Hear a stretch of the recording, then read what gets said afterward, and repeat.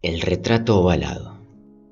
El castillo en el cual mi doméstico había decidido penetrar por la fuerza, antes que permitirme, gravemente herido como estaba, pasar una noche al aire libre, era uno de esos edificios, mezcla de grandeza y de melancolía, que han erguido durante tanto tiempo sus frentes pensativas en la soledad de los Apeninos, así en la realidad como en la imaginación de Mistress Radcliffe. Según todas las apariencias, había sido temporalmente abandonado en fecha reciente por sus dueños. Nos instalamos en una de las habitaciones más reducidas y menos suntuosamente amuebladas. Estaba situada en una torre apartada del castillo. Su decorado era rico, pero antiguo y desmantelado. Los muros estaban cubiertos de tapicerías y adornos de numerosos trofeos heráldicos de toda especie, así como de una cantidad verdaderamente prodigiosa de cuadros modernos, de severo estilo, en ricos marcos de oro de un gusto avaresco. Sentí un profundo interés. ¿Acaso la causa fuese mi delirio febril que comenzaba por esos cuadros que estaban colgados, no solo en los paños principales de los muros, sino también en una multitud de recodos que la extraña arquitectura del castillo hacía inevitables? Ordené a Pedro que cerrase las pesadas maderas de las ventanas de la habitación, puesto que ya era de noche, que encendiese un gran candelabro de múltiples brazos colocado cerca de mi cabecera y que descorriese de par en par las cortinas de terciopelo guarnecidas de encajes que rodeaban el lecho. Deseaba que así se hiciese para que pudiera al menos, si no llegaba a dormirme, distraerme alternativamente en la contemplación de los cuadros y en la lectura de un volumen que había encontrado sobre la almohada y que contenía la apreciación y el análisis de esos cuadros. Leí mucho tiempo. Contemplé religiosamente, devotamente, los cuadros. Volaron las horas, rápidas y gloriosas, y la profunda medianoche llegó. La posición del candelabro me desagradaba, y extendiendo la mano con dificultad para no despertar a mi criado adormecido, coloqué el objeto de manera que arrojase los rayos de luz plenamente sobre el libro. Pero aquella variación de la luz produjo un efecto absolutamente inesperado. Los resplandores de las numerosas bujías, porque había muchas, proyectáronse entonces sobre un nicho de la habitación que una de las columnas del lecho había envuelto hasta entonces en una sombra profunda. Distinguí a una viva luz un cuadro que hasta entonces me había pasado inadvertido. Era el retrato de una joven ya floreciente y casi mujer.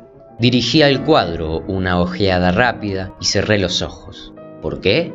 Yo no lo comprendí bien en un principio, pero mientras mis pupilas permanecían cerradas, analicé rápidamente la razón que me las hacía cerrar así. Era un movimiento involuntario, para ganar tiempo y para pensar, para asegurarme de que mi vista no me había engañado, para calmar y preparar mi espíritu a una contemplación más fría y más serena. Al cabo de algunos instantes, miré de nuevo el cuadro fijamente. Ya no podía dudar, aun cuando hubiera querido, de que entonces lo veía muy claramente, porque el primer resplandor de la llama sobre este lienzo había disipado el estupor soñoliento de mis sentidos y me había llamado de súbito a la vida real. El retrato, ya lo he dicho, era el de una joven. Era un busto, la cabeza y los hombros pintados en ese estilo que se llama, en lenguaje técnico, estilo de viñeta. Algo de la manera de Sully en sus cabezas de predilección. El seno, los brazos y hasta los bucles de cabellos radiantes se fundían imperceptiblemente en la sombra vaga y profunda que servía de fondo al conjunto. El marco era oval, magníficamente dorado y torneado en el gusto moderno.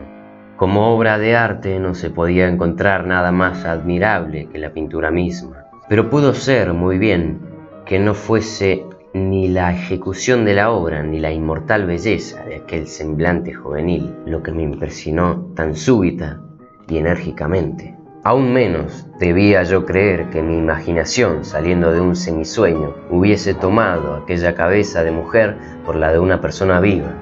Vi, ante todo, que los detalles del dibujo, el estilo de viñeta y el aspecto del marco hubieran disipado inmediatamente semejante encanto y me hubieran preservado de toda ilusión aún momentánea. Haciendo estas reflexiones, permanecí medio tendido, medio sentado, acaso una hora entera, con los ojos clavados en ese retrato. Al fin, habiendo descubierto el secreto del efecto que había producido sobre mí, me dejé caer de nuevo sobre el lecho.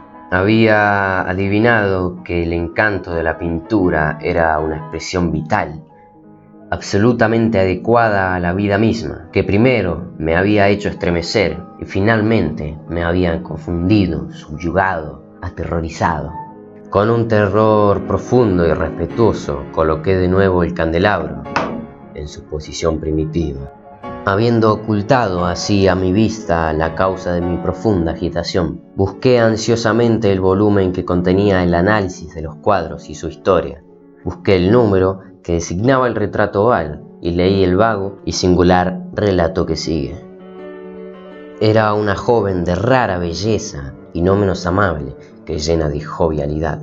Maldita fue la hora en que vio y amó al artista y se desposó con él. Él, apasionado, estudioso, austero, amaba más que a su esposa a su arte. Ella, una joven de muy rara belleza y no menos amables que llena de jovialidad, nada más que luz y sonrisas y con los retozones altos de un lebrel, amando y acariciando todas las cosas, no odiando más que el arte, que era su rival, no temiendo más que la paleta y los pinceles y los otros utensilios desagradables que la privaban de la vista de su adorado. Fue una terrible cosa para ella oír al pintor hablar del deseo de pintar a su esposa, pero ésta era humilde y obediente y se sentó con dulzura durante largas semanas en la sombría y alta habitación de la torre, donde la luz filtrábase sobre el pálido lienzo solo por una claraboya de cristales. Pero él, el pintor, ponía su gloria en el retrato que avanzaba de hora en hora y de día en día. Y él era un hombre apasionado y extraño y pensativo que se perdía en ensueños, tanto que no quería ver que la luz que se filtraba tan lúgubremente en esa torre aislada extenuaba la salud y el alma de su mujer, que languidecía visiblemente a los ojos de todo el mundo, excepto a los de él. Sin embargo, sonreía siempre, sin quejarse, porque veía que el pintor, que tenía un gran renombre, sentía un placer vivo y ardiente en su tarea y trabajaba noche y día para pintar a la que amaba tanto, pero que se tornaba de día en día más lánguida y más débil. Y en verdad los que contemplaban el retrato hablaban en voz baja de su semejanza como de una prodigiosa maravilla y como de una prueba no menor del talento del pintor que de su profundo amor por aquella a quien pintaba tan milagrosamente bien. Pero más tarde, cuando la tarea se acercaba a su término, ya no se dejó a nadie visitar la torre, porque el pintor se había vuelto loco por el ardor de su trabajo y no apartaba sus ojos del lienzo ni aún para mirar la fisonomía de su mujer. Y no quería ver que los colores que grababa en el lienzo iba extrayéndolos de las mejillas de la que estaba sentada frente a él. Y cuando hubieron pasado muchas semanas y ya quedaba muy poca tarea, nada más que un toque sobre los labios y una pincelada sobre los ojos, el espíritu de la mujer palpitó como la llama próxima a extinguirse palpita en una lámpara, y entonces el pintor dio el toque en los labios y la pincelada en los ojos y, durante un momento, quedó en éxtasis ante el trabajo que había realizado. Pero un minuto después, cuando aún lo contemplaba, se estremeció de terror y gritando con una voz estentórea: «¡En verdad es la vida misma!», se volvió bruscamente para mirar a su amada y estaba muerta.